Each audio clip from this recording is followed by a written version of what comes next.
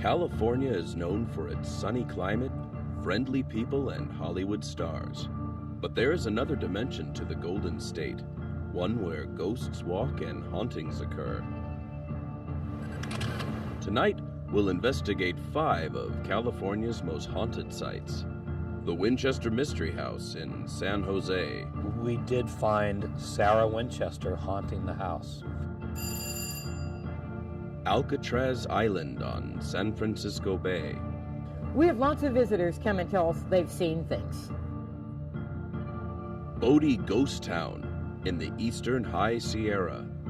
That stanchion right there was not like that when I came through in the morning. It's moved somehow.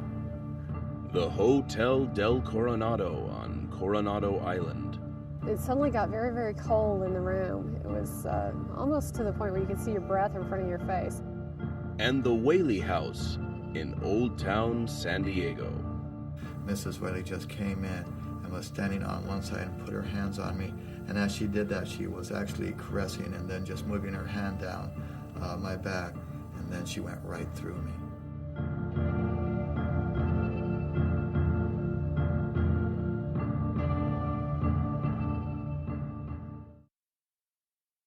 The Winchester Mystery House in San Jose is California's best-known haunted house. Locals called it the Spirit House, and countless people have witnessed supernatural occurrences within its walls. Here, Sarah Winchester spent the final 38 years of her life building the 160-room mansion in a desperate attempt to appease the spirits of those killed by the Winchester repeating rifle. Her odyssey began after the untimely deaths of her husband and child. Grief-stricken, she consulted a spiritualist who told her that the deaths were caused by vengeful spirits, victims of the Winchester rifle. She was advised to move west and build a house large enough to contain them all. If construction ceased for even a moment, Mrs. Winchester would be their next victim. In an effort to confuse the spirits, she built twisting corridors, secret passageways, trapdoors, stairs leading to the ceiling, doors and windows that open onto walls, and a door that led to a 15-foot drop in the garden. The number 13 figured prominently in the mansion's construction. The greenhouse contains 13 skylights. Most of the staircases have 13 steps. The ballroom chandelier has 13 globes. And many of the sinks contain 13 drain holes. To reach the 13th bathroom, one must walk down 13 easy riser steps. Now, this was one of the more modern rooms in the house. It had electricity and indoor plumbing. Right here, this is the only shower in this whole entire mansion. In Mrs. Winchester's later years, she had trouble getting out of the bathtub, so showers became a necessity. This device right here is a water thermometer, so Mrs. Winchester could have gotten the water to the temperature she wanted before stepping into the shower. Now, of course, in the 13th bathroom, there are 13 windows. We have 10 along the back wall, with the upper 6 in her favorite spiderweb design. There's 2 more in the wall behind me, and the 13th looks into Mrs. Winchester's main bedroom where she died.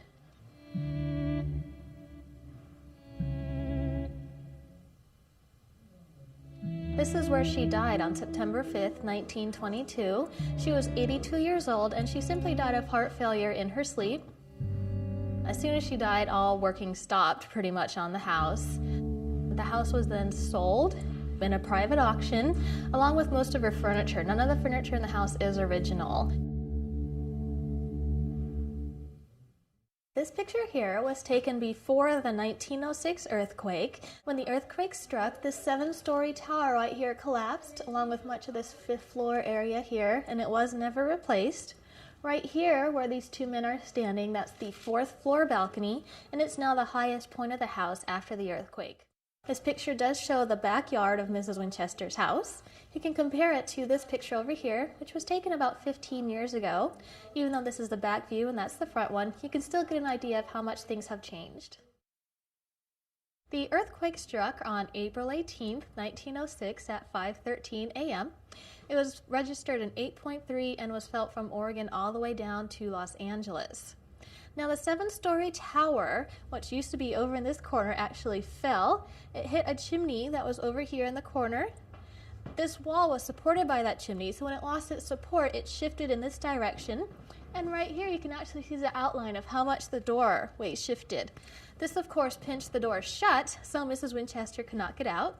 Her servants took quite a while to find her, a couple hours in fact, and when they did find her, they had to crowbar the door open. And right here is the mark of that crowbar. Now, Mrs. Winchester thought that this was a message from the spirits saying she had spent too much time and money on the front part of the house, which was nearing completion. She had the front 30 rooms boarded up, and they are not open again until after her death in 1922. Now, a few years ago, there was 2 writers that stayed in this room to see if they could find any ghost stories or any ghostly happenings. In the middle of the night, one of them heard a phantom organ that sounded like it was coming from the ballroom. The other one did not hear it at all. Then a few minutes later, both of them felt the floor shaking rather violently for several minutes until it stopped. In the morning, they checked the organ. They found out that it was broken.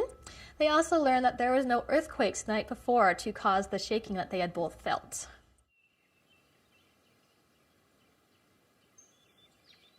We're now on the 4th floor, which is the highest point of the house after the 1906 earthquake.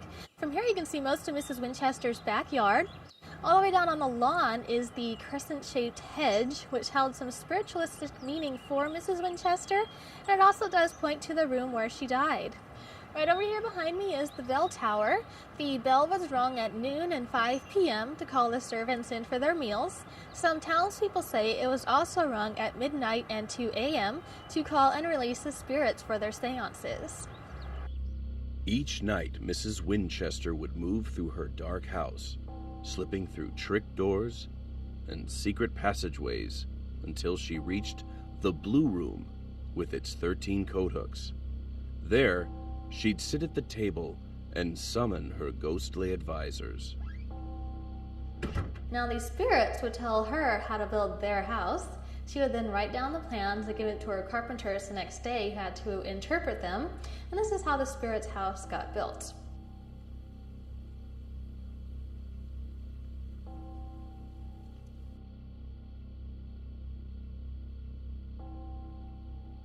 Now, she was the only person allowed in this room. She had the only key to the only entrance. There's one entrance, but 3 exits. The first is the door behind this, right over there. The second is that door. But if you were to fall out that door, you take a nice 8-foot drop into a kitchen sink. Now, the third is this door right here, and this is the closest we've come to finding a secret passage. It actually looks like a closet door, but once it's open, you can see there's a whole other room behind. Also, there is no latch or handle on this side of the door. So if you were to step through and the door closed behind you, there would be no coming back. We did find Sarah Winchester haunting the house. There were 3 entities on site at the time. Sarah, a carpenter or a construction man that died on site during the building of the house, and a young woman that was one of Sarah's employees that was either a cook or a maid or so on. And all 3 remain in the house today. We're in the servant's kitchen right up here. This is the shaft that leads from the seance room. If you were to go out that door that was up there, you would fall 8 feet right into this kitchen sink. We had a new office clerk going on tour who, in this room, as she was walking out there, she saw an old woman dressed in Victorian clothing sitting in this room. She asked one of the tour guides, why did we have someone dressed up as Mrs. Winchester? And the tour guide was like, we don't have anyone dressed up like Mrs. Winchester. And these entities are seen as apparitions mainly, where they're translucent and seemed to ignore us while we were there, did not want to communicate.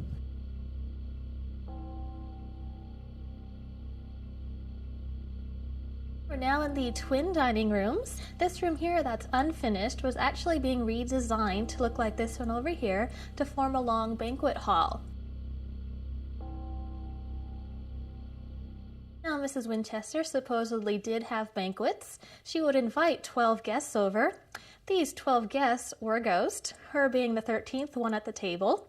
Her servants were very puzzled as to why she would have 12 empty place settings, but they were pretty happy about it considering they got all the leftovers.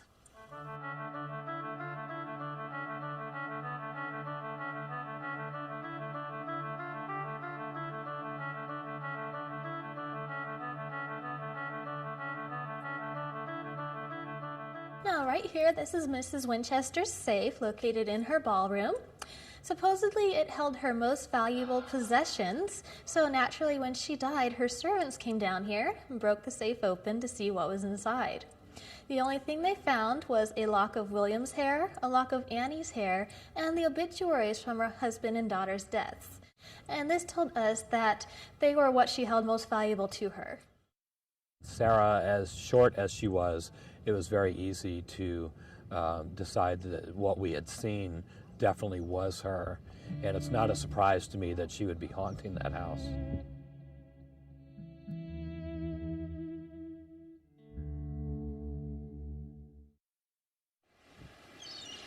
The inhospitable shores of Alcatraz beckon to the curious. Each day, thousands of visitors tour the island that Miwok Indians once avoided for fear of evil spirits. The Army built a fortress here in the mid-1800s that evolved into a military prison by 1912. From 1934 to 1963, The Rock was America's only escape-proof federal penitentiary, housing some of our most notorious criminals. Al Capone, Machine Gun Kelly, and Birdman Robert Stroud, to name a few. It was a place of last resort, where only the worst troublemakers were sent. 5 suicides and 8 murders are known to have occurred here. Of the 14 escape attempts, none was successful. The bloodiest occurred in May of 1946, when 6 prisoners overtook a guard, instigating a riot that lasted 3 days and left 3 prisoners and 2 guards dead. During the standoff, 3 of the inmates hid in this utility corridor on C Block. Visitors to this area have reported hearing clanging sounds, and a psychic once picked up an image of the tragic event. The most ingenious breakout attempt involved brothers John and Clarence Anglin and Frank Lee Morris, who escaped through tunnels they dug beneath their sinks in 1962. With the aid of homemade masks and clothing in their beds, their disappearance remained undetected for hours. It is believed they died in the riptides of San Francisco Bay, but one never knows. In 1969, American Indians took over the unused island for 19 months as a political statement against their oppression by the federal government. Today, the desolate island is a national park, bird refuge, and home to half a dozen restless spirits. I conducted an investigation at Alcatraz, actually many investigations through the years of that prison. It is active. It's not as active as people would assume. We did locate a male presence in the shower area downstairs. Dana Smoller, one of the impasse on the team, started channeling this man. And he was so upset with the camera in her face, or in his face, as it would be. He did take a swing at the cameraman, and as she stood up to try to hit the cameraman several times, I was able to have the entity step back out of her. And I asked him while Dana was channeling how many were there with him, and he said 5. So we believe that there are 5 entities on site there. D Block was known as the worst place on Alcatraz. So you think of the worst treatment to prisoners and the worst punishment. So people think that Alcatraz, D Block, is haunted. So you're going to have people telling you they heard funny noises, squeaking, and that they would feel the floors moving in that area. We have people who say that they see the cell doors that open sideways moving forward and backwards.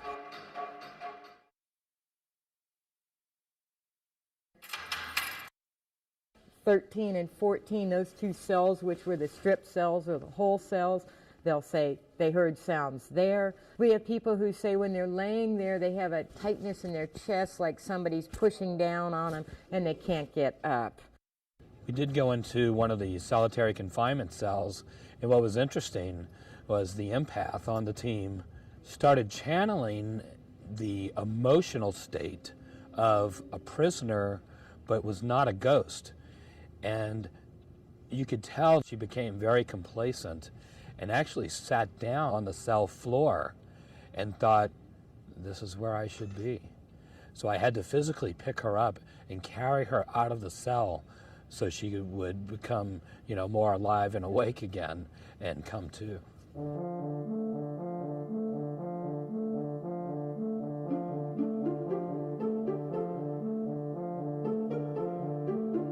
Visitors to Al Capone's cell have heard banjo playing, the very instrument the mobster strummed during his long incarceration. We ran into several areas that phenomena was taking place with electromagnetic fields that didn't belong, that were temporary, as well as cold spots in different areas as well.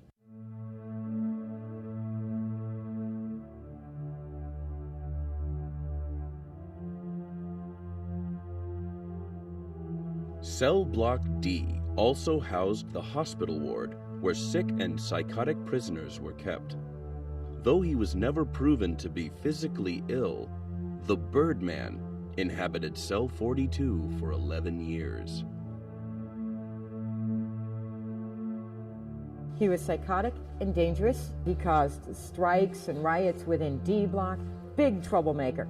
So once he complained about being sick, the guards thought, great, we'll send him to the hospital, we'll isolate him from everybody, and we've kind of gotten rid of a problem. We have youth groups that'll spend the night on the island, and they'll say Robert Stroud's cell is haunted, they can't sleep in it.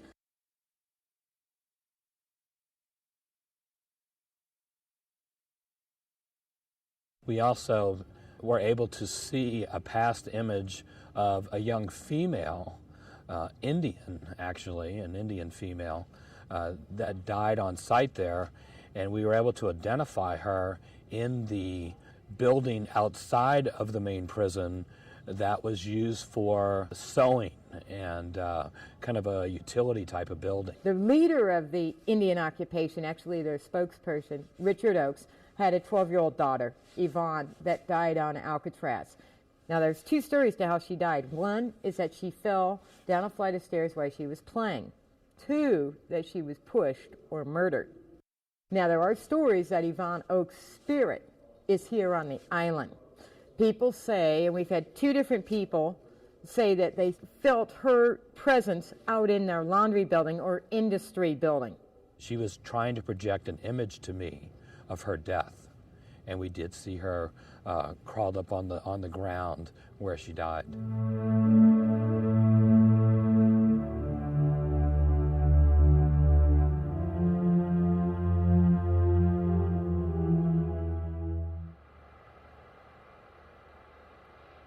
Between Mono Lake and Bridgeport in the eastern High Sierra, an unpaved road winds east from Highway 395.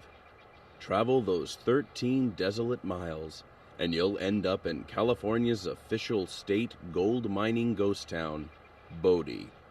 One afternoon, 2 of our employees were in here taking a break, and this room is very tight. When we get winds through Bodie, this room is very comfortable. And they were standing about where I am, and all of a sudden, from this wall here, a ice cold wind blew through and opened there's a couple of doors up here on the side, and slammed those doors open and just went away. From 1879 to 1882, Bodie was a booming gold rush town with 10,000 inhabitants. Better known for its lawlessness than its riches, street violence and mining accidents were common. Prostitution was legal, and saloons were the only place to unwind. When the boom ended, people moved on to the next strike, taking only what they could carry. Today, Bodie is one of the largest and best preserved ghost towns in the West, maintained in a state of arrested decay by California state parks.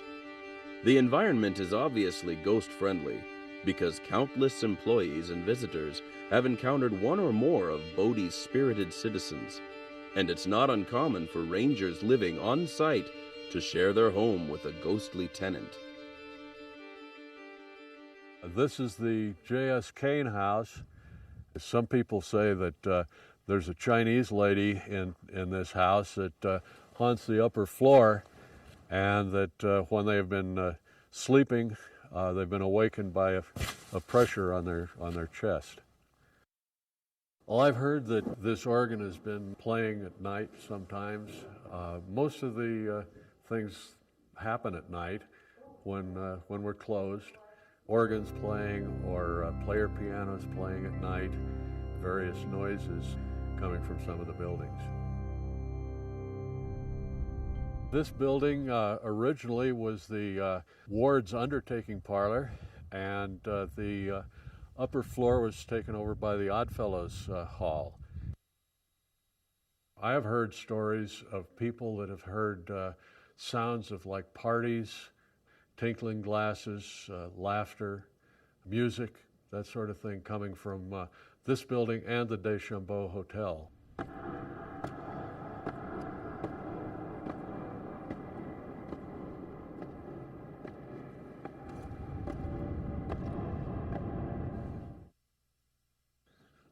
This is the Deschambault Hotel, and it was also a cafe. People have reported seeing what looked like faces up in the upper floor looking out between the curtains. And they've also reported music coming from the upstairs, like a dance party going on upstairs.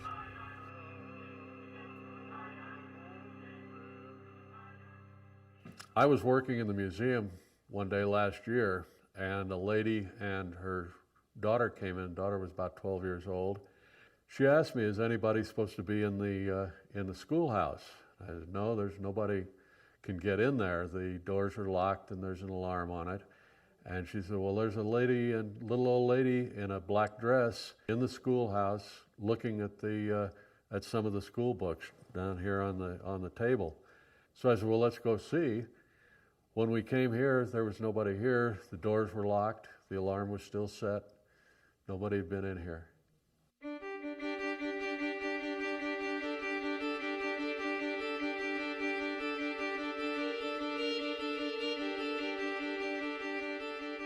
One of the fellows that worked here before I did, a fellow by the name of Walt Stone, very straight fellow, wouldn't tell a lie, just a very trustworthy person. He and another couple of friends were coming up here one night, and they were passing the time throwing rocks down the lens shaft that we like to do. And all of a sudden, from down in the bottom of the shaft, this voice came out and said, "Hey, you," just like that. And there's no way anybody could be down there. The shaft is 1,200 feet deep. It's got water down to about the 800-foot level.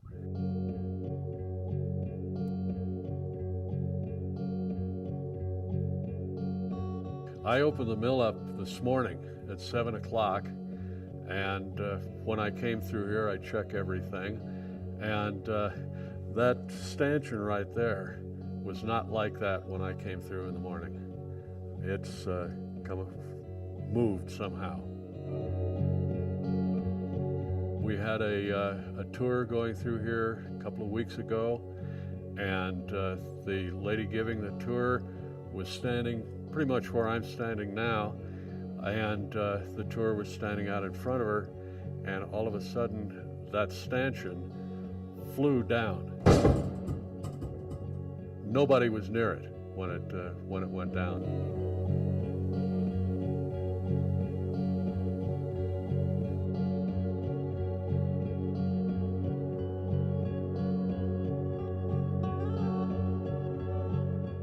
I came through once again to open the mill up early in the morning, and I walked through this door after going through the entire mill, and started right down into this area right here, and there was a tremendous smell of cigar smoke, like somebody was standing right next to me smoking a cigar.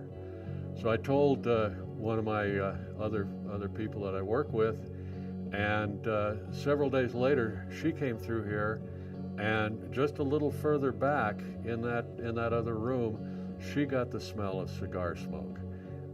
No one is allowed to smoke in the park. There's nobody here when this happened. This happens at 7 o'clock in the morning. The park doesn't open until 8. So there was no way anybody could be outside the mill or anything like that we could smell.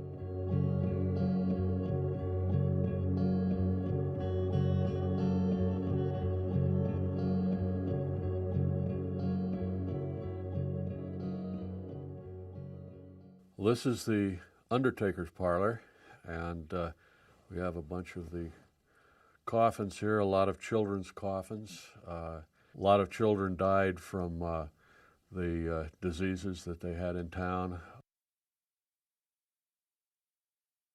There were a lot of shootings in town, so the undertaker's parlor was really quite busy most of the time.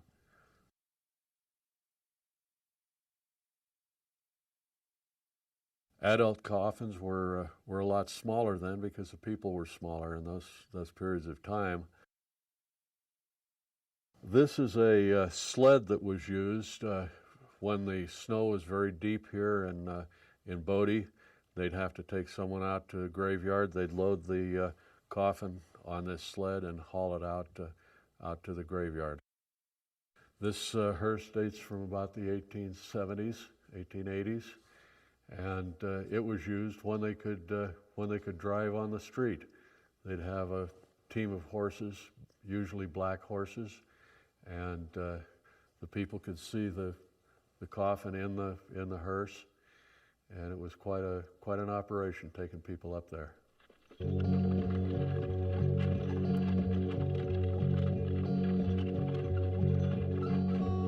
We sometimes have a lady in white that visits up here in the south end of this graveyard at night. A number of people have seen her, told us about her.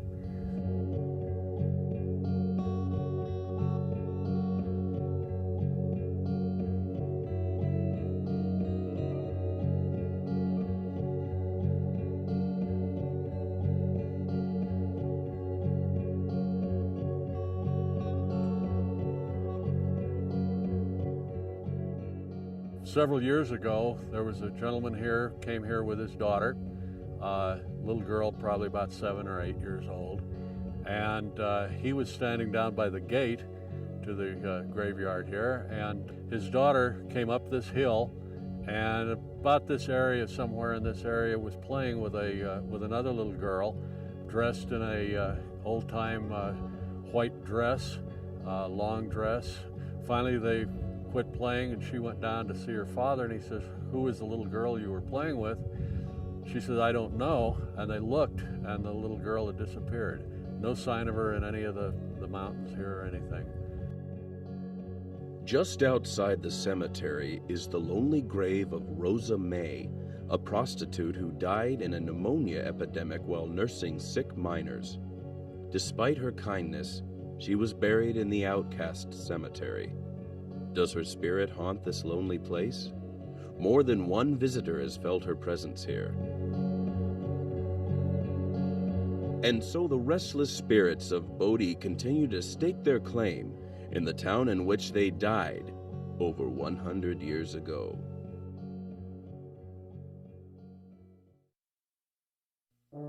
The Hotel del Coronado has long been the castle of Coronado Island.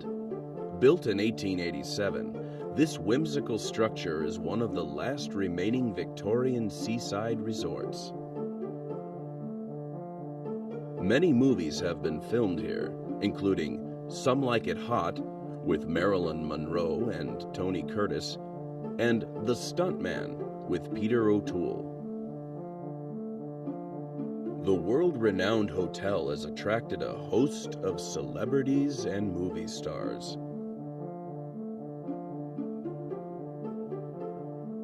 As well as numerous presidents and even royalty.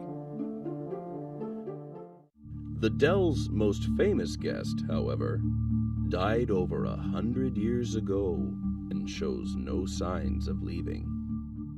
When I did a preliminary walkthrough of the Del, we located 3 entities at the time, actually 2 females and 1 male. And the third entity that we located, I believe, was or is Kate Morgan.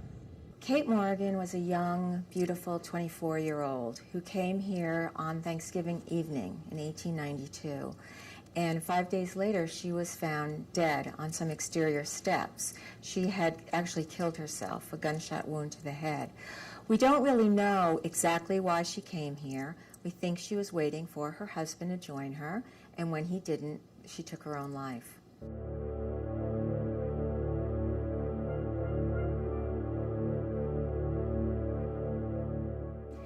After Kate's body was found, some hotel employees went into her guest room to see if they could find anything that would identify her so they could notify her next of kin. And when they went into her room, they really found nothing. She had traveled without luggage, and it even looked as if she had burned some papers in the fireplace.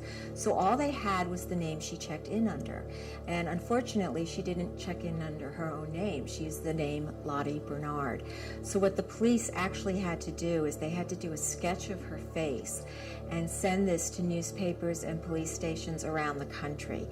And because they weren't sure exactly who she was, the newspapers started to call her the Beautiful Stranger.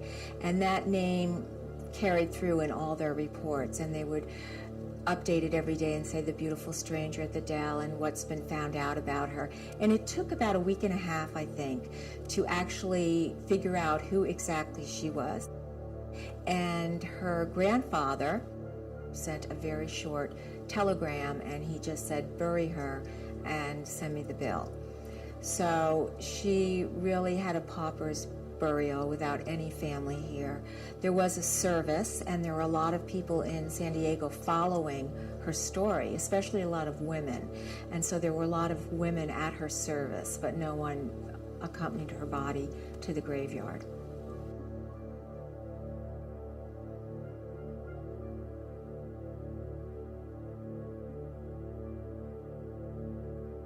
We know from our records that she stayed in a specific room at the hotel, and there is a lot of activity in that specific room. However, there have been also sightings of her around the hotel, including on the beach and in some hallways, and we have another room here at the hotel where there's also been a lot of paranormal activity. We don't know how it relates to Kate Morgan, or even if it relates to Kate Morgan, but that's going on also. Here at the Del, as we were doing our preliminaries, we found that there was a gentleman, older gentleman, that died of heart failure here at the hotel, and he roams around the lobby areas and the top floors. The other female that we located, a young girl in her 20s with sandy-colored hair, seemed to be a victim of a murder, and her body was thrown at the beach here. So she had no relationship to the hotel at all, but she does roam the hotel just like anyone else would. I think my favorite story happened to one of our bellmen here, and he was taking some VIP guests into the haunted room so they could see what it looked like. And when they got into the room was all cleaned and ready to go, but it looked as if someone had taken a nap on the bed and had gotten up and hadn't straightened the bed covers, which is Very odd to be in a hotel room that's already ready for the next guest. So the bellman went over to the bed and he tugged the bedspread to get the imprint out of the bed covers, and he could not budge the bedspread. There was another employee with him who also saw it, and these two guests, who I understand sort of went screaming from the room. I think the uniqueness here at the Del Coronado is the fact that Kate Morgan really likes to get around and show herself to people, and she seems to enjoy visiting some of the clients that stay at the hotel. One woman saw Kate Morgan from her room. She looked down on the beach and saw this turn-of-the-century woman who she thought was in costume. And it turned out later she realized she'd actually seen a ghost. And another woman encountered her on a hallway. We got to the door of our room, and I'm putting the key into the door, and I glance over my right shoulder, and there is a woman putting the key in her door as well. And we looked at each other, we smiled at each other, and nodded as we went into the room, like we were saying goodnight. We didn't actually speak, but we were like acknowledging one another. And I take one step into the room, and I realize that this is a woman that is wearing a beautiful, elegant Victorian gown. It's ethereal. I can see through this gown. I go, oh my gosh, this is not a woman of the era 20 years ago. This is a ghost. So I jump back out into the hallway to see if I can see her again, and of course she's gone into her room. There was a couple who stayed here about a year or so ago, and they were in Kate's room. They didn't know that. They didn't know the hotel had a ghost even. And they both noticed independently some odd activity in the room. I went into the bathroom to take a shower.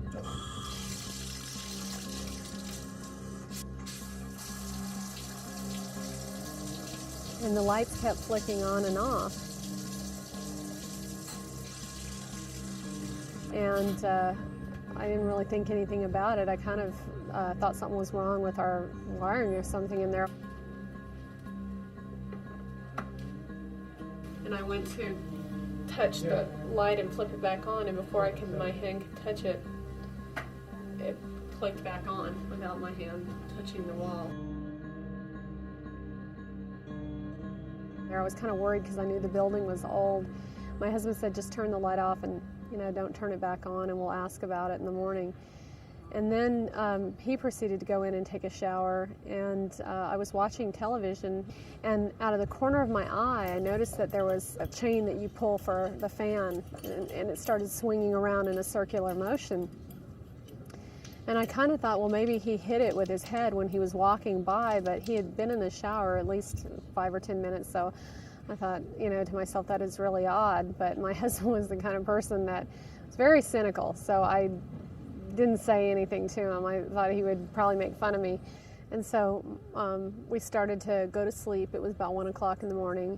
It suddenly got very, very cold in the room. It was almost to the point where you could see your breath in front of your face. It was very, very cold. And I thought that he was kind of pulling the covers down around him. I felt this tugging sensation on my blankets, thinking that it was my wife turning over. And I looked up, and my blankets were actually being pulled down to my ankles.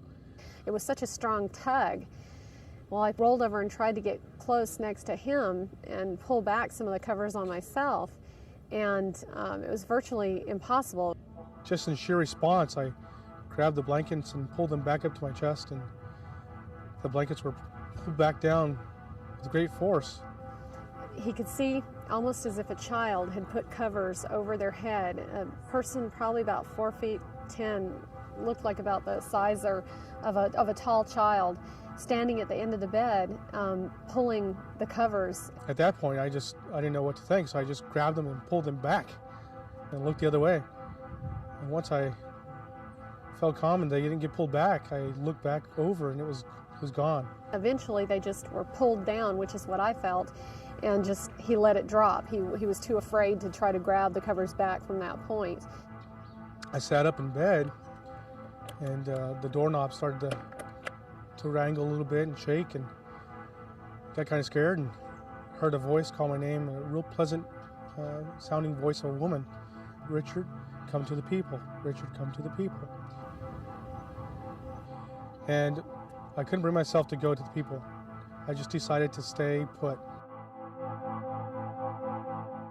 You know, many times we find that a ghost or an entity that remains behind is actually, you know, it's a person just like anyone else, and they're kind of curious and mischievous, and the experiences that Richard had make sense because it seems like Kate might have had an attraction to him and decided, you know, let me just play with him a little bit.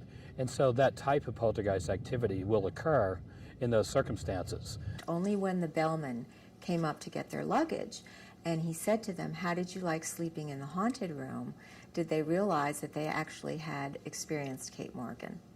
We kneeled down in the room before we left and we said, you know, whoever you are, we're sorry if you're trapped or if you are having difficulty leaving this world, but, you know, go with God. And so that done, we felt comfortable with leaving and we left. Before I was a skeptic, and now I believe that there is life after this one. I believe that, as I always have, being a Christian, I believe that, you know, I'm going to a better place. But I also believe that there are some that stay behind. My experience was confirming that there is that life after, and I'm very happy I got to meet her. You know, Kate seems to be very comfortable being here, so I think it'll be a while before she leaves and goes on. Him and I just hope for this person, if they, you know, if she is in fact trapped or feels trapped, that one day she finds peace. Some people think she's still waiting for her husband to join her, or whoever it was that she was waiting for, if it wasn't her husband. Other people think, and I'm kind of in this group myself, that if you have to spend eternity anywhere, the Hotel Del would be a wonderful place to do it. So she may just not be able to leave this wonderful hotel. I also think that she probably didn't have a home. Based on her grandfather's response to her death, her husband never contacted anyone about her either. And I really don't think there's anywhere else for her spirit to go. This is it for her.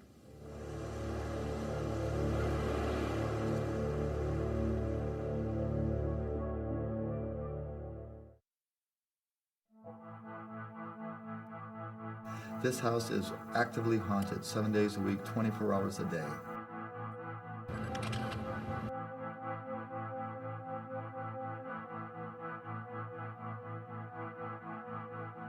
In this house, we have every form of haunting that I know of. Orbs, energy spikes, power waves, residual haunt, residue haunts, ethereal haunts. These ghosts are interactive. It's been called the most haunted house in America. This unassuming two-story structure that sits primly on a street in Old Town San Diego, surrounded by shops and restaurants. But looks can be deceiving, as many who enter the Whaley house soon discover. One woman coming in here looking at the room, all of a sudden she sees a little child walking up in the reflection, reaching up and taking her hand. Looking down, there's no baby there. And looking into the reflection, seeing a child, a little girl, holding her hand. One of the neatest things about this house, when you spend enough time, they come down and they walk with you. They talk in your ear. They constantly touch you. They go with us from room to room to room because they like us. I think we give them a little bit of ease to their torment. Thomas Whaley built the house on the site of the gallows of Old San Diego. As close as we can come to plot plans and historical accuracy, this arch literally is where the hangings were. Here, criminals like Yankee Jim Robinson, who tried to steal the city's pilot boat, were hanged. It was a botched hanging. Yankee Jim took 30 minutes to kick on the gallows rope. Yankee Jim, when we've seen him, I've only seen him as a materialization 2 times, as an individual with a broad brim hat, huge gentleman. Normally, when we see that ghost coming through these hallways, he's about 7 foot tall, 6 feet wide. As you look at him, he looks more like a heat mirage. He literally thrums the atmosphere. Every hair and fiber of your body will react with a negative, awareness. You know there's a malevolency and an unhappiness that is in Yankee Jim. The Whaleys moved into the house in 1858. The downstairs served as a general store, and eventually a courtroom and a theater were added. Mr. Whaley, he stands alone. He'll go over into the dining room. We have psychic imprints. When we first come in, he's not there. As soon as people start coming in, all of a sudden, from the wall, an emanation of this one ghost comes in. We photograph him. He's there. But he's not there every day, so we know that it's a psychic imprint because it's always a transfixed area. But normally he's upstairs. When we quiet the house down, when we're closing it down, you can hear the footsteps. You can get the sense that you're being watched. This is where Mr. Whaley has always been known to stand at the top of the stairs. People always get the feeling that they got, eyes boring in the back of their head. He would stand up here and he would watch the people come through, or he would stand down in the dining room and watch the people go around. When my wife and I work in this house, many a time she has stood up on the 9th step. The 9th step, where Mrs. Whaley was held at gunpoint by the sheriffs of Old Town when they did the Great Raid, has felt hands trying to push her down, has actually heard cards being flipped behind her head, actually physically, feel someone, with the intent to really kind of shove. And my wife refuses to move. A lot of people, as they go up these steps, absolutely collapse because they, like empaths, re-experienced the terror and the trauma that Mrs. Whaley had to endure. We see her a lot in this house as an ethereal haunt. When we see Mrs. Whaley, we see her dressed in old-time clothes, black, gray. And the most disturbing thing about Mrs. Whaley that really will unnerve you is her eyes, the eye contact. Because when you see them, they pierce you, they look right in you, they look right in your eye. It's like we are being intrusive into her personal misery. I've never seen Mrs. Whaley happy. I have seen her in the nursery as a residual haunt. I've seen her as a full spectral form, as an ethereal haunt. I've seen her all around this property.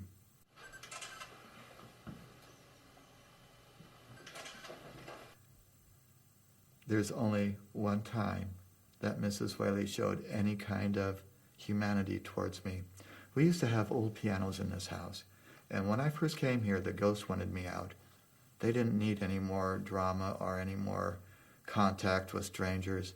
And so, about the 4th month, I sat down on the piano and I started playing the old-fashioned hymns. You could just feel the temperature change. I became totally aware, all my hair standing up. Mrs. Whaley just came in and was standing on one side and put her hands on me. And as she did that, she was actually caressing and then just moving her hand down my back. And then she went right through me. It's like chewing tin foil or, jumping in a pool of cold water. It catches your breath. She sat right down and just kept touching me all the way through me playing.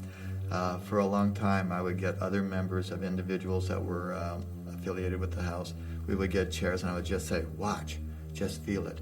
Because this house is locked up. There's no open windows. There's no air exchange. The wind blows. You can feel them moving through. You can feel the temperature. You can feel their touch. But they would line up. They would all come down in this room. That's when Mrs. Whaley accepted me. We had this ghost that was at the end of the bed. Now, for a long time, we thought that this was a child, because this is a very small and very petite apparition. So I used to work at the Naval Hospital. I worked in facilities maintenance engineering before I retired from the Defense Department. And so I took this photograph down to a friend of mine that worked in imaging down at the MRIs. And I said, what do you see in this photograph? So he said, what I see an older woman with a humping of the back, osteoporosis. I see a person sitting that's all hunched up. I see the concavity of the breast right here, sinking in the chest. And I see the round little button head. In the very center of this picture, we have Mrs. Whaley. You can look at this picture and you can see her, and you can see her body, and seeing her in a wheelchair with a comforter over her.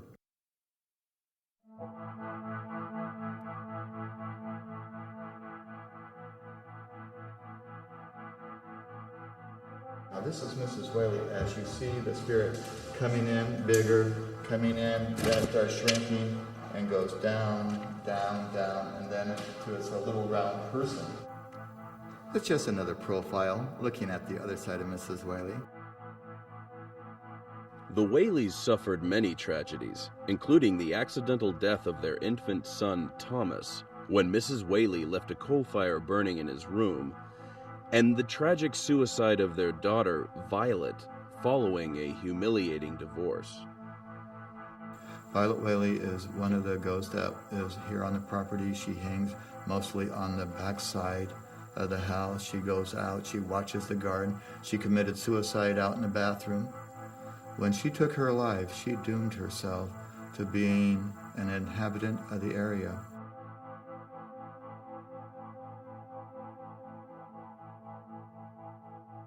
Queen Lillian Whaley, the thing that I will say about her is that I have never seen her as an ethereal haunt. I have never caught her talking. I have never, in any way have had the same intimacy with her like I've had with Violet or Mrs. Whaley or Dolly Varden, the dog. But she goes through a litany of activity. The ghost enters in from the left. As quick as we can take the pictures, you now see that she has moved in front of the mirror. And I say she because this is Queen Lillian Whaley. Now, each one of these is different, but you can see that her body is undulating and twisting and changing and developing, getting shorter, getting closer together, and actually starting to turn. It goes up past the mirror to the bed. It goes through the bed right there. Then it comes straight at you in these other pictures. And in the very end, you're able to look at this full spectral form of an apparition. Now, this is a compulsion haunt. This type of thing goes on night after night after night, and it goes with us or without us. We can interrupt it, we can stop it, but we can also be a participant and photograph it and see it and view it and acknowledge it. Now, Corinne was the last daughter to live here, and like I said, she was the biggest and the largest of the daughters. Now, when you look at this old photo of Corinne Lillian Whaley, you can see the size of her hips. You can see the size of the hips right here. Very wide, very girth, and very roomy. It's a long torso going all the way up to the shoulders. You can see the long torso coming up. And then the width of the shoulders are literally in the same application. Now, you see her turn this way, but you see the ghost turn that way. You can see the long face and the hair up. And the star of the Whaley house, the one that is the real showstopper, is the dog, Dolly Varden. He's a Scottish Terrier, and the first time I saw it, it got up, it stretched, it turned its head away from us. Now, you could look right through the dog's ribs and see the other side coming this way. You could look and see the arm on this side, but you can actually look and see the arm on the other side. You could look right through the side of the head and see the other ear, but when the dog turned its head away from me, I could see both of its eyes from the back of its head.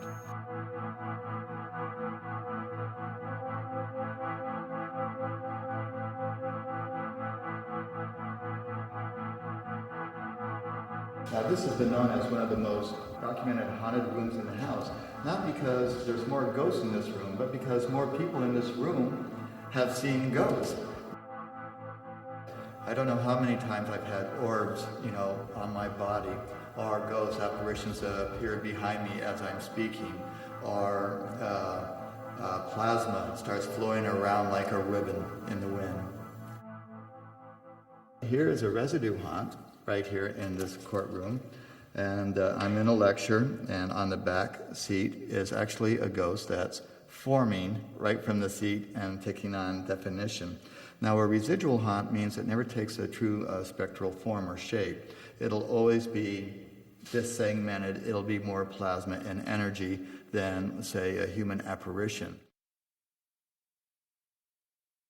Now, this ghost usually sits over right here in the courtroom, about the second person from the end.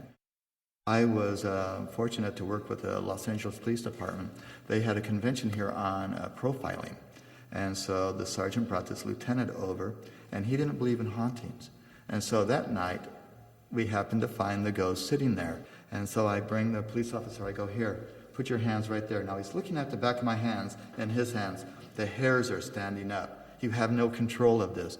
And I go, now just keep your hands right there. And he's doing it, and he's going, it's getting bigger.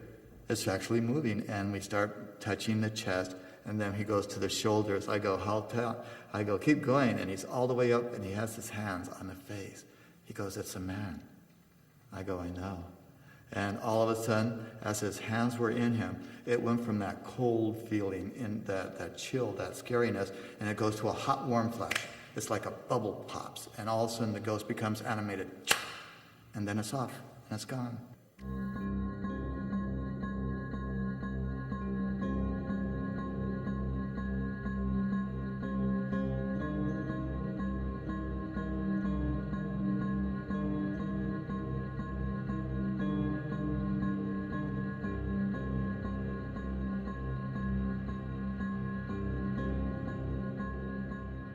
You know, we've had all kinds of mediums, we've had spiritualists, we've had Zen Buddhists, we've had Pentecostal ministers, we've had Hellfire Baptist preachers, we've had every yahoo off the brick in the street come in here for the exorcism.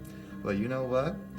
I'm sure the ghosts are, glad when they leave, just close the door on your way out, because they're still here.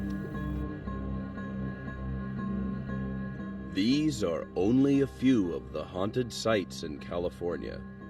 Dozens more await the adventurous traveler seeking supernatural experiences in the Golden State.